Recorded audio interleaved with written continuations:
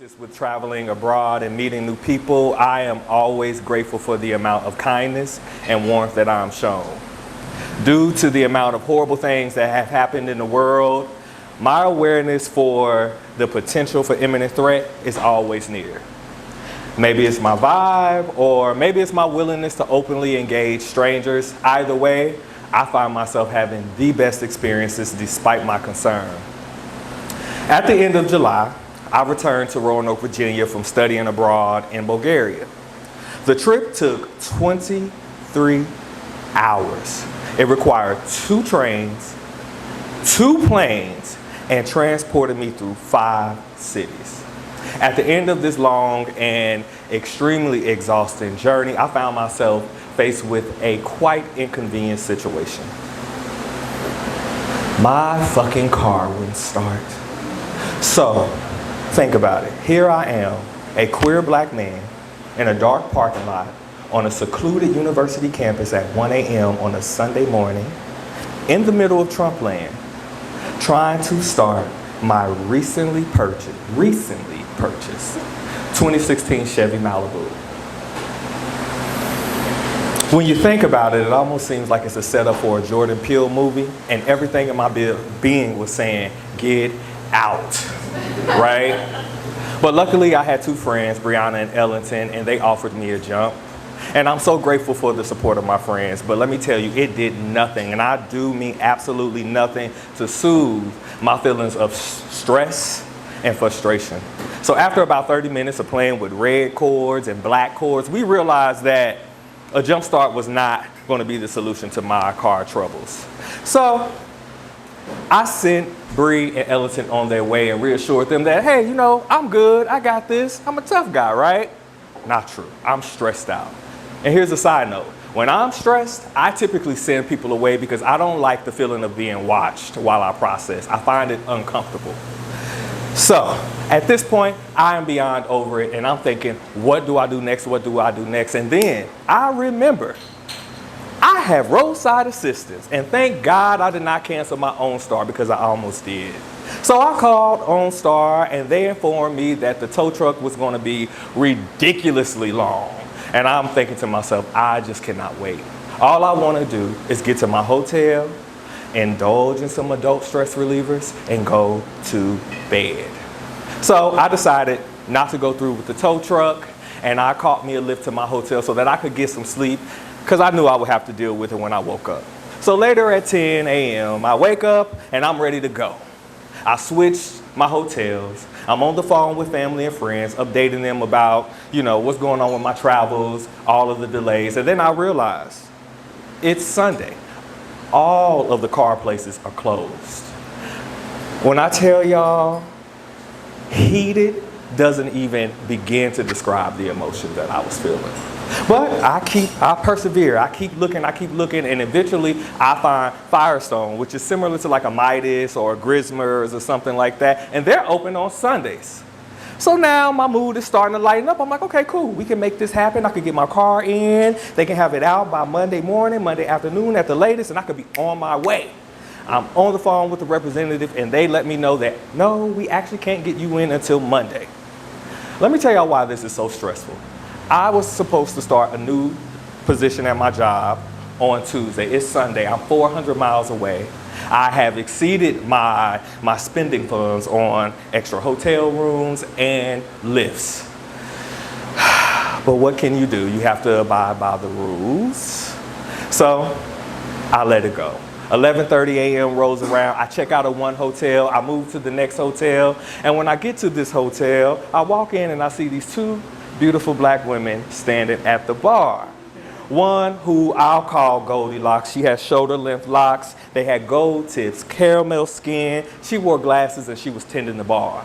The other lady, who we'll call Sunshine, she had a slender frame. She had waist-length box braids. She wore glasses as well, and she had the brightest, lighthearted smile.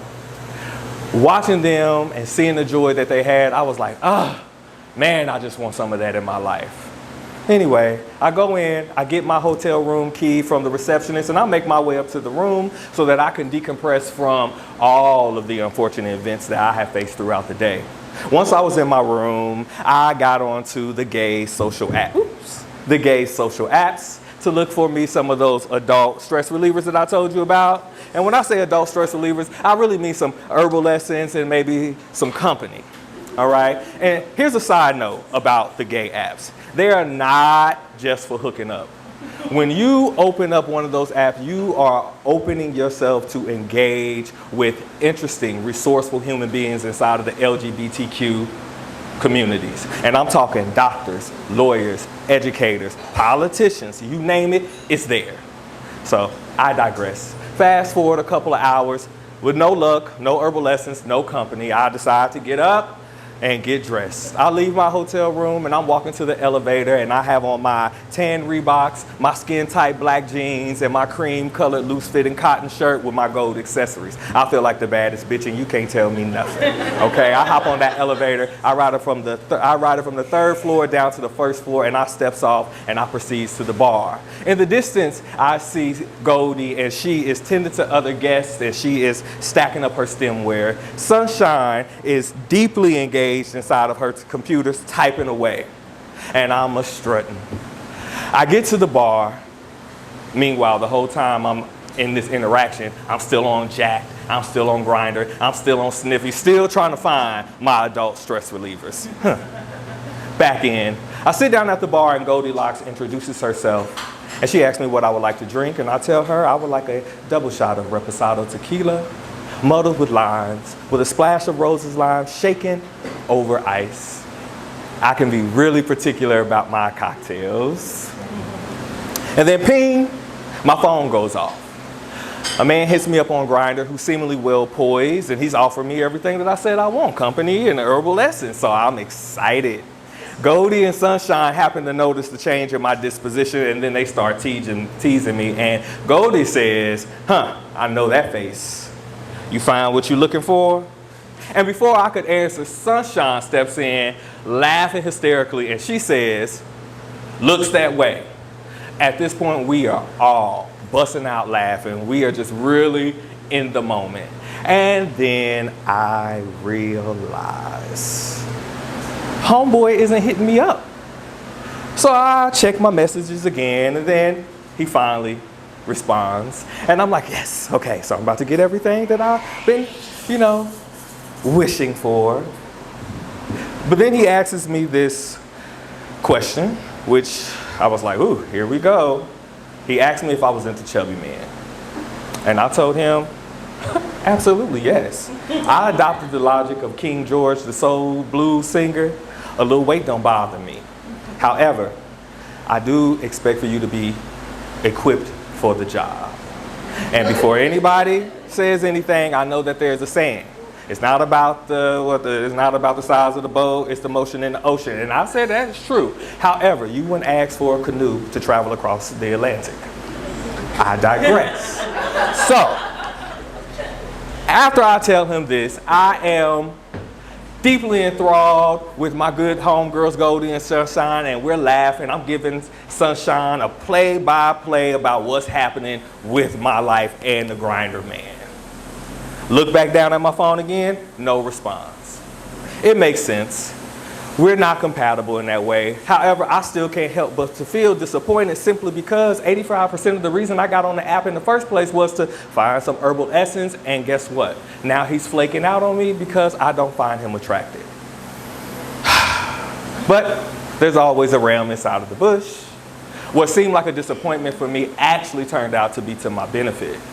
Goldie, Sunshine, and I were engaged in such deep discourse about families, relationships, future goals, weed laws in Virginia. And in that moment, under the loud TV and our laughter, I realized that I was exactly where I was supposed to be. And I was content, sharing stories with my two divas at the bar. Goldie and Sunshine let me know how to move and where to move in the city. They gave me the history of the university. And in exchange, I gave them the stories of my travel and the things that I had learned. Goldie shared with me her challenges with raising these beautiful black kids as a widow. Sunshine told me the stories of how she started to abstain from weed because she had run into some legal issues. About 2 hours later, 2 cocktails in, Goldie does something that I did not expect. She offered me some of her herbal lessons from her personal stash, and she smoked me out. That's a 2-for-1 special. You can't get any better than that. I got company, I got herbal lessons, and I had an extra bag to carry with me when I left. So later on that evening, once I got back to my room, I had a chance to reflect and unpack everything that happened that day. And I was like, wow, if homeboy would have showed up, I would have never got to meet my 2 homegirls at the bar. My spirits would not have been lifted to such a elevated state. So really, the moral of the story is this: listen, no matter how disappointing life can be, there are good people in the world despite what you may hear, read, see, or experience. And they always show up when you need them. Thank you.